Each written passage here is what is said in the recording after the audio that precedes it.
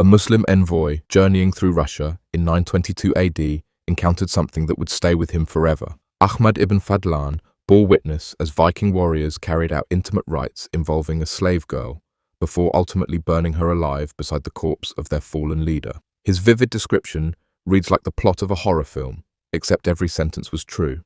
What you're about to uncover comes straight from historical documentation that exposes how the Vikings wielded sexuality as a weapon of conquest, a mechanism for social order, and a gateway into the afterlife. These customs shaped the medieval European landscape and helped forge enduring ideas about power that echo even today. The accounts were so shocking that some scholars initially dismissed them as hostile exaggeration, from public consummations observed by extended families to sexual executions carried out for amusement, from rape used as systematic psychological torment to funerary rites involving human offerings. Viking sexual norms were strategic displays of power engineered to reinforce control, and they would turn the stomachs of modern audiences. The evidence is drawn from sagas, archaeological findings, and first-hand testimonies that paint a picture of a culture where violence and desire were inseparably intertwined. In Viking life, your sexual role could determine whether you thrived as a respected member of society or were condemned as an outcast. Power and dominance dictated every intimate exchange, wielded with the bluntness of a battle axe. Two Norse concepts could quite literally get you killed: aga and raga. These terms were used to insult men seen as sexually passive or effeminate. To be labelled aga was so deeply dishonourable that Viking legal codes permitted murder in retaliation. You could kill a man for suggesting you were submissive in bed and face no legal repercussions whatsoever. This created a brutally strict sexual caste system. The dominant partner, the one who penetrated, maintained social status and masculine respect. The passive partner, on the other hand, forfeited his manhood, his legal protections, his wealth, and his place in the community. In Viking culture, your position during intercourse directly translated into your rank in society. By modern standards, the legal outcomes were beyond absurd. Men accused of playing the passive role could be stripped of their right to bear arms, testify in legal matters, or inherit property. A bad bedroom reputation could literally cost you your identity as a citizen. The Icelandic sagas recount tales of men losing everything because someone gossiped about their performance behind closed doors. Blood feuds were ignited by sexual slander. The saga of Burnt Njal recounts how dozens perished in a vendetta sparked by one man accusing another of being unmanly. In Egil's saga, warriors cross entire countries just to murder someone who cast doubt on their masculinity. Even a faint suggestion of sexual weakness could trigger a chain reaction of killings, and women could weaponize these insults just as effectively. Norse literature tells of wives who destroyed their husband's social standing by openly questioning their prowess in bed. One account in Laxdæla saga features a woman who divorced her husband and publicly shamed him, claiming he was too gentle during sex. This obsession with dominance created a self-perpetuating loop of aggression. Men were pressured to constantly prove their masculinity through acts of violence, which only bred more conflict, requiring even greater demonstrations of control. Sexual force became a disciplinary mechanism. The fear of being branded as weak kept men loyal to the social order and ensured the Viking power hierarchy remained unchallenged. The Vikings didn't just commit sexual violence, they refined it into a method of psychological warfare. They understood that humiliating a man could do more damage than killing him outright. Some sagas describe the klamhug, the shame strike, which involved slashing or stabbing a defeated enemy's buttocks, symbolizing forced penetration. It wasn't random brutality, it was symbolic emasculation designed to brand the victim as conquered in every sense. What made this particularly effective was that the Vikings didn't always need to perform the act. The implication alone could destroy someone's life, but they often didn't stop at suggestion. Defeated leaders and warriors were routinely subjected to ritualized sexual assault, designed to drain them of their masculine energy and transfer it to their captors. The saga of the Volsungs recounts how captured kings were publicly raped to mark their total defeat. In Viking thinking, forcing a man into submission robbed him of his strength and gifted it to the victor. The psychological scars were permanent and intentional. A man who had been violated often couldn't return to his clan with honor. His people would exile him as damaged, no longer a man in the cultural sense. Some victims took their own lives rather than live with the stigma. Others were driven out, wandering in shame as living trophies of Viking superiority. Sexual slavery, too, was scaled into an economic engine. Markets in Dublin and York overflowed with captives marked for intimate exploitation. The sagas describe with chilling indifference how raiders would sort human beings like cattle, with the most beautiful set aside for the warlord's personal enjoyment. The Jomsvikinga saga references Earl Sigurður maintaining a harem of captured Irish women, treating them as disposable playthings. Viking legal systems enforced a two-tier system that makes today's worst inequalities look tame. Free women had strong legal protection from sexual harm, but enslaved women had none. Any freeman could use them, and killing a slave for resisting counted only as a minor offense. According to Icelandic law, raping a freeborn woman carried the death sentence. Raping a slave woman, that earned a fine, roughly equivalent to damaging someone's livestock. The scale of this atrocity is backed by excavation evidence from Dublin, suggesting that as much as 30% of the population were slaves, many trafficked explicitly for sexual exploitation. This system wasn't just about gratification, it was about strategy. Word of Viking sexual cruelty often preceded their ships. Entire villages surrendered, without resistance, hoping to avoid the unspeakable fates that awaited the defiant. The mere threat of Viking assault became a weapon more terrifying than steel. Even Viking marriages were saturated with sexual ritual and public spectacle. Compared to these, reality shows looked like polite dinner parties. Privacy was rare and legally discouraged. The bride's family was expected to observe the couple's first sexual act to confirm that penetration occurred.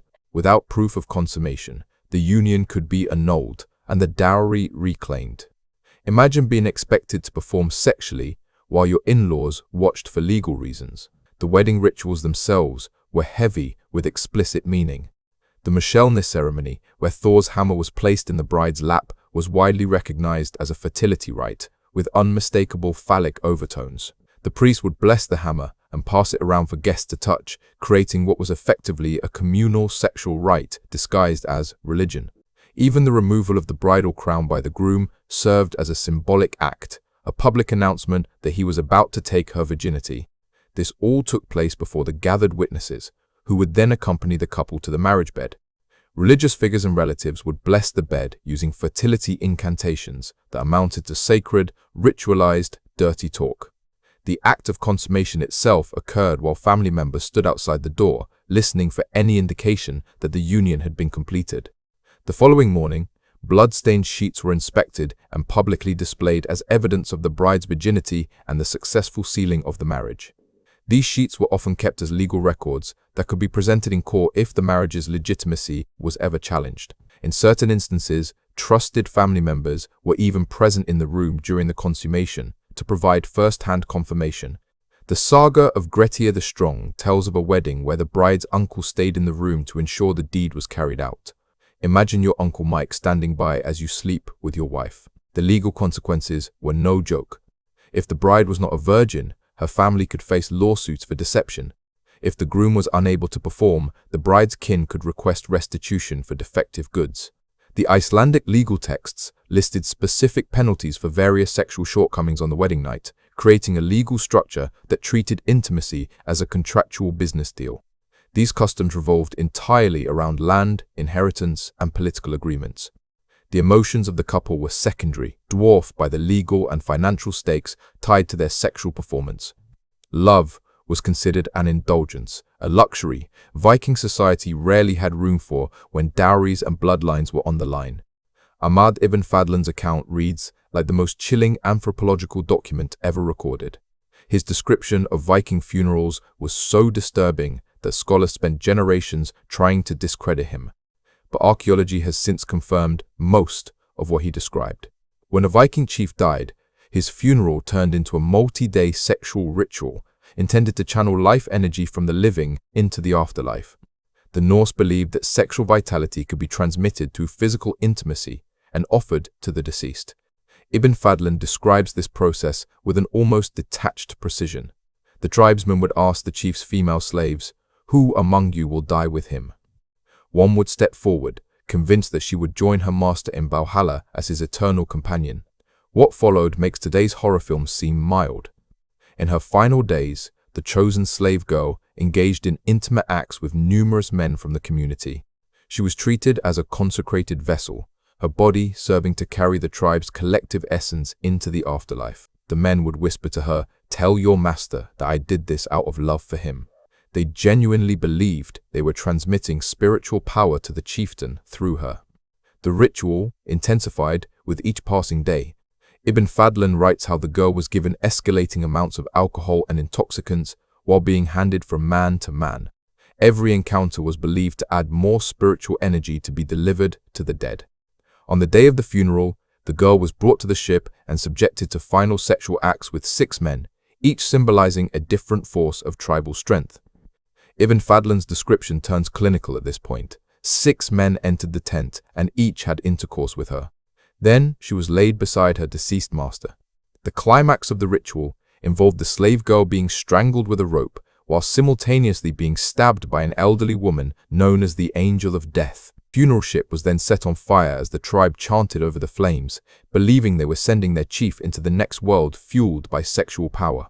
Modern archaeology has confirmed much of this grim practice.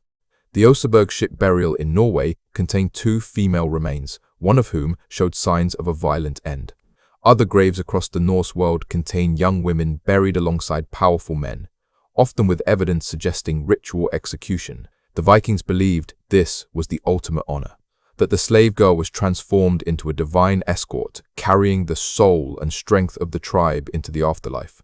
But from a modern perspective, it stands out as one of the most systematized forms of sexual violence, cloaked in the garments of religion.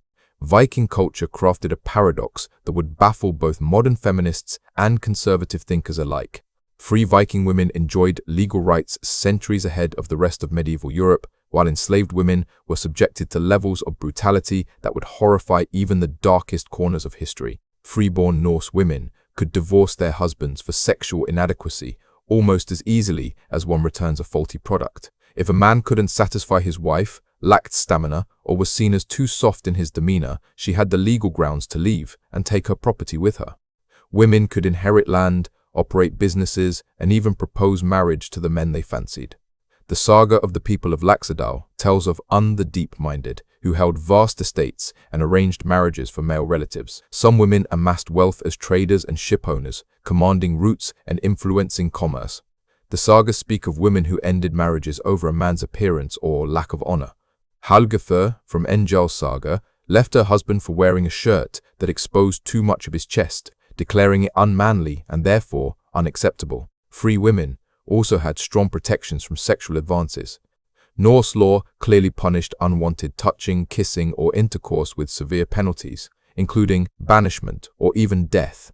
Consent was a legally acknowledged concept for free women, a concept unheard of in most of medieval Europe. But this forward-thinking approach had a grim underbelly that revealed the true priorities of Viking society. These protections only applied to free women. Enslaved women were treated as possessions, legally exploitable by any free man. The very legal codes that shielded noble women's autonomy made it clear that slaves were tools to be used as their owners pleased. The contrast was deliberate and cruel. By granting free women unprecedented rights, Viking law emphasized just how dehumanizing slavery was. Freedom was sacred, and bondage was the ultimate degradation. A free woman's right to reject unwanted advances made the lack of rights for enslaved women even more glaring. Viking women were not passive bystanders in their society's violence. Archaeological digs at sites like Birka indicate that some women took up arms as warriors, and the sagas recount women who urged their male kin to commit acts of sexual brutality against their foes. They clearly understood that their own freedoms depended on upholding the very system that kept others in chains. While adult Viking women could achieve notable rights, infant girls often faced grim fates if their families couldn't afford to raise them. The sagas mention, almost casually, how fathers would abandon unwanted daughters, leaving them exposed to the elements or to wild beasts. This fostered a culture where a small elite of free women held real influence, while the vast majority of females lived under brutal oppression. Viking views on same-sex relations created a tangled hierarchy so intricate it required legal interpretation to fully understand. Homosexuality itself wasn't outlawed, as long as one followed strict rules about sexual dominance. The sagas speak of warriors who traveled far and wide, seeking sexual exploits with both sexes. The saga of Eric the Red even describes men who kept both wives and male companions, seeing sexual conquest as a status symbol. So long as a man maintained the dominant, penetrating role, his behavior was not only tolerated, but often admired. Even Norse gods were caught in this web of sexual politics. Loki was constantly ridiculed for taking female forms and even giving birth, including to Odin's eight-legged horse, Sleipnir. Odin, for his part, was criticized for practicing seether, a magical art traditionally associated with women. The prose. Edda mentions how other gods questioned Odin's manhood for participating in activities considered feminine. The use of seether illustrates how gender and sexuality overlapped in Viking thinking. Men who practiced this magic were branded orgi, pia, sexually deviant due to their adoption of female roles. Yet these men were also feared for their mystical abilities, creating a contradiction. The most magically powerful men were often viewed as sexually suspect. Viking law addressed these views with its characteristic detail. While same-sex intimacy wasn't explicitly forbidden, falsely accusing someone of being sexually submissive was considered a grave offense. Norse legal codes show that insults suggesting passivity carried heavier penalties than many acts of physical violence. Men who displayed feminine traits through clothing, behavior, or sexual roles risked complete social ruin. The pressure to assert masculine dominance infiltrated every level of Viking life. From fashion choices to professions to spiritual practices, this obsession shaped everything. The Vikings turned acts of sexual violence into public spectacles with the flair of modern-day reality television. Their justice system emphasized performance as much as punishment, crafting a legal culture that doubled as grotesque theater. Offenders found guilty of sexual crimes were punished with methods meant to shame them in the same way they had violated their victims. A rapist might be publicly violated before execution, with cheering onlookers viewing the ordeal as a kind of poetic justice. Adulterers could be castrated in front of crowds who treated the punishment like a competitive sport. These sentences weren't just about retribution, they also reinforced the social ladder through ritualized humiliation while offering entertainment for the public. These gruesome public punishments made power dynamics unmistakably clear. Meanwhile, they provided a socially acceptable outlet for the Vikings' taste for graphic brutality. The sagas even describe festivals where sexual violence was part of the planned activities.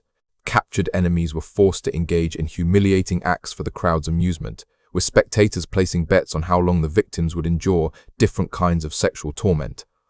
The saga of the Jomsvikings recounts contests in which prisoners were subjected to escalating degrees of sexual degradation until they either died or went mad. Archaeological digs support these accounts with unsettling regularity. Execution sites often show signs of elaborate mutilation far beyond simple killing, suggesting that sexual humiliation was a built-in feature of the punishment, not a side effect. This normalization of sexual cruelty as entertainment goes a long way toward explaining how Viking raiders carried out such large-scale atrocities during their invasions. They weren't acting outside their cultural norms. They were following a well-established code that glorified these acts. Sexual violence wasn't just tolerated, it was celebrated, transformed into a form of grim performance art. Viking civilization built a world where sexuality, authority, and aggression fused together like the parts of a finely forged blade. These behaviors were not random or impulsive. They were deliberate systems of control, using sexuality as a strategic method to enforce hierarchy and submission. What might appear today as raw savagery was, for them, a structured process, one that reshaped medieval Europe and echoes into our present through genetics, legal frameworks, and ideas of masculinity that still linger. The Viking legacy didn't stay confined to Scandinavia. It spread across continents, carrying with it complex ideologies about sex, power, and dominance to every land they touched. What other civilizations' sexual customs would shock modern audiences? Let me know in the comments which culture you'd like me to explore next.